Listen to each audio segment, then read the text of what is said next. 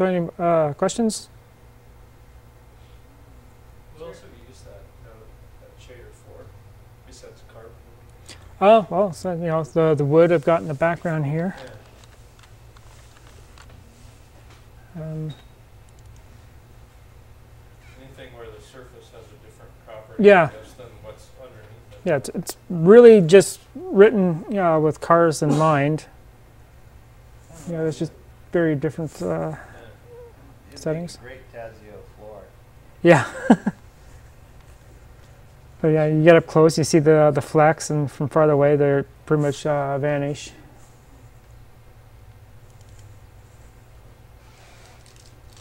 Can't think of anything else I've used it on recently. Kind of seems like one of those that you might just stumble across something and, you know, all of a sudden, oh yeah, it looks perfect for that. Yeah. Could you use it for metallic bird feathers, like a peacock's feathers, or would you use something else for? Yeah, you can, you know, throw in like one of these gradients that does the rainbow colors. A coworker at work was asking about that. Yeah. It's like when you look at the base colors, let's take everything off, go right back to like the red. Let's paint specular of, say, 90. Whoa.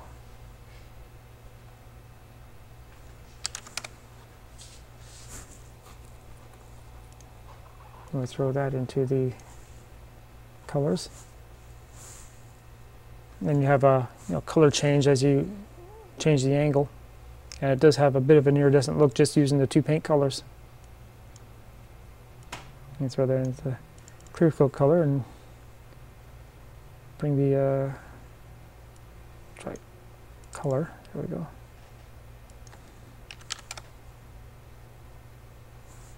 So that will actually change your colors while your reflections.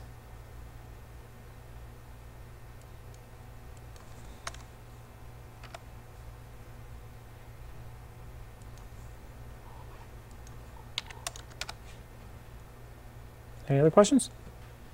I have a question.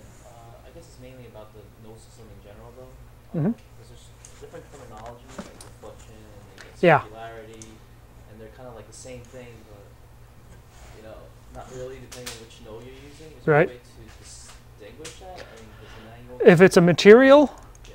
anywhere you see specularity, that's reflection. That's the big one right there. Because I'm clear all these guys out. If you go into shaders, you'll see specular and reflection. And you throw in a reflection node. I'm just going to throw this into diffuse because I'm just showing you the raw color this thing's outputting, which is a reflection. So there's a reflection. Go into materials and take conductor, which is for doing chrome. Make it 100% specularity. Turn this off. Plug this in. Oh look, it's the same thing. And to make it worse, there's specularity. Reflection blur. So I was like, well, what is this blurring if there's no reflection? I don't see a specularity blur here. But you know, it's doing the same thing again. You turn that off. I'm surprised they're actually defaulting to on this time. But yeah, you increase the roughness. The sun's highlight will blur out, and the reflection is handled separately, but they're both using the same control here. What does Orinator give you again? It's a diffuse shading? When you have less than like a 25%, it'll give you that shading on that. Well, let's drop this right back down to 0. Yeah.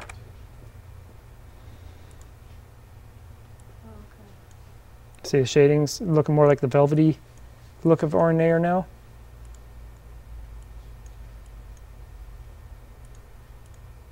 Yeah, definitely. Yeah. So I usually have Orinator on for metals, but you know, you want it off if you're doing more of a plastic look.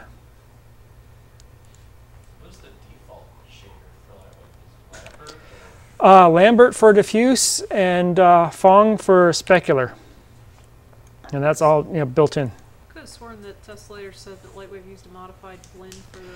There's all kinds. So yeah, it could be a modified blend because there's Fong blend, Orinator. It's like, you know, pick any two names, combine them. There's another shader somebody's written. It's like, you know, we have going to diffuse. You got Minnaert. You open it up. Oh, there's also Minnaert B, which is the reverse, or kind of a reverse. It's like one of the things what Minnaert has is it's really good for doing like a moon. Get off. Let's darken this thing up and go to a different color. Something not so harsh. There we go. So as this darkening gets higher, it's kind of labeled wrong because it's actually making the edge brighter and it's not making anything darker. Well, it's sharpening up that terminator, isn't it? Oh yeah, because you know, everything's getting brighter, but this thing will get really nasty with bumps. You throw in any bump, like, you know, just take a crumple, throw that. You know, you might notice, oh, these output bumps, but the shaders take normals. Let's take it over here. See these weird little black things now? That's where the value is actually going way above what can normally be rendered, and it's going back to like a negative value. But isn't that where like the bump alters the normal so much it flips back on Yep. itself? So it's not. It's doing that, and it's also increasing the brightness so high that it's going negative again. Oh, okay. So Yep. Minnaert is partly responsible for this, but I was going to say, like, wouldn't a lower bump fix it? Yeah, lower bump will fix that, but yeah, anything over 25% bump, darkening in Minnaert will start causing problems for you. What about Minnaert B? Minnaert B is fine, but I'll just render this thing first. Get a little image. And you can see a few values up there that are, you know, red of 590 or 529%. Getting the blacks, and it start, you know, there's a negative 42%. There's negative 18, negative 4, 0.08%. So yeah, it starts going a little bit wild. You might notice I've got a few highlights that have a black circle around them. And that's all because this thing is way too high. That's a little bit better, but still it's doing weird things. So I don't use Minnaert a whole lot, especially with bumps, unless I take the bump values and really drop them down. Is there a color limiter tool that'll clamp off? Yeah, it kind of works. Okay. Go down to Tools, and you said color limiter? Oh yeah, there's a limiter right there. And actually, let's bump that back up to 100. Darkening of 100. Put that into this. Yeah, it doesn't really look any different.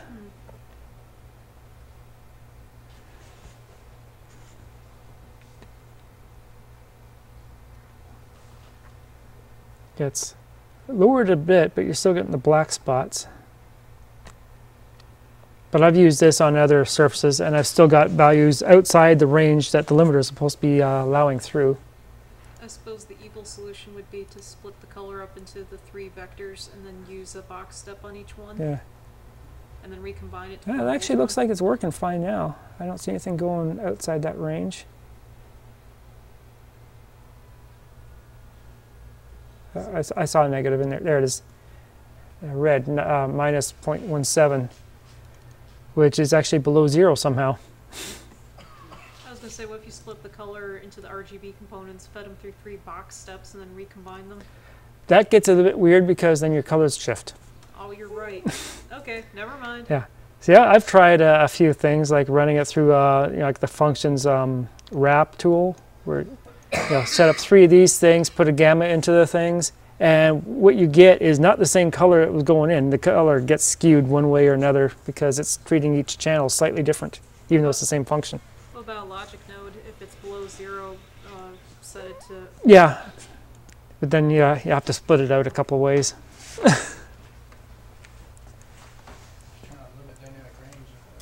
Yeah, that's pretty much it. But you're still getting those damn black sections no matter what. So Right. yeah, the solution is to just not do that. Yeah, the solution is, don't go insane with your darkening. Keep that, something like 20% and Minnaert A, correct?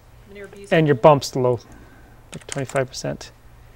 But even there, I'm still getting a little bit of black, but it's not so bad. So you look at Minnaert B, and as you increase the darkening, it actually does start getting dark. And I'll take the bumps off because Jen loves the shading that this thing does. I just think it has a nice satin look to it. That's why you like it for moons? Actually, I did a really nice moon, but I did a blend of Iridescent and Minnaert, and the thing shades nice and evenly from all directions. Minnaert A? Yeah. But with Minnaert B, your darkening needs to be 50% or higher. Anything lower, and you start getting that weird little black dot. But this mode is actually good for doing like a fibery thing like velvet or felt, where you have like these little fibers all sticking perfectly straight. And at this point right there, you'd be looking straight down on the ends of the fibers, and it would look dark. But as you get towards the edge, it gets brighter and brighter. But you get up nice and high, and you get these really nice terminators. I'm gonna check my lighting here. I think I got some ambient. Yeah, let's turn that off.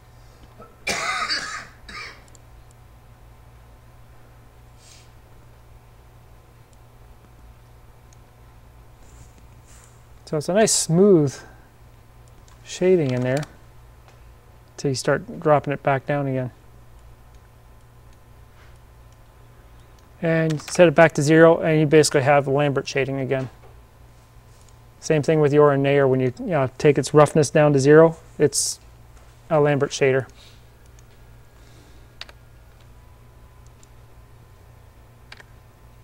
Any other questions?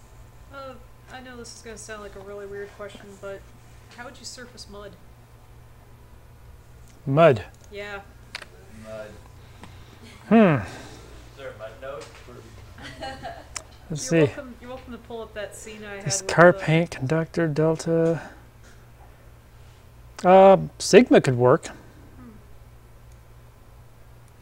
Make sure this isn't the one that has the filtering. Would something like car paint work where theoretically mud has a thin sheen of water? Yep, you can put like a dirt texture for your color, and the clear coat can have like just a slight bumpiness, and they'll give you that wet, glistening look. Yeah.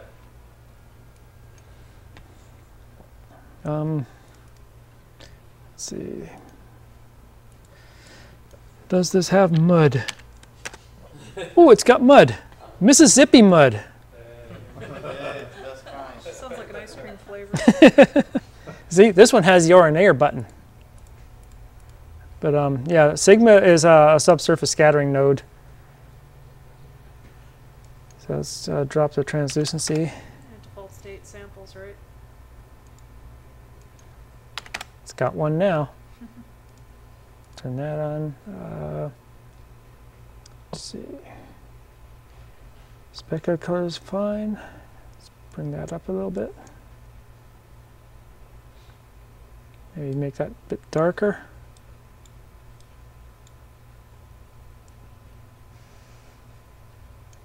Crump will be a really good texture for that. Let's go Mississippi mud and Muddy River.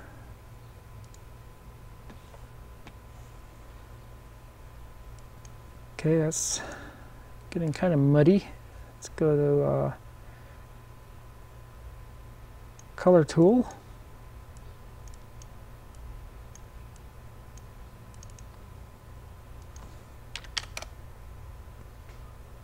Increase the contrast a bit. Oh, there we go.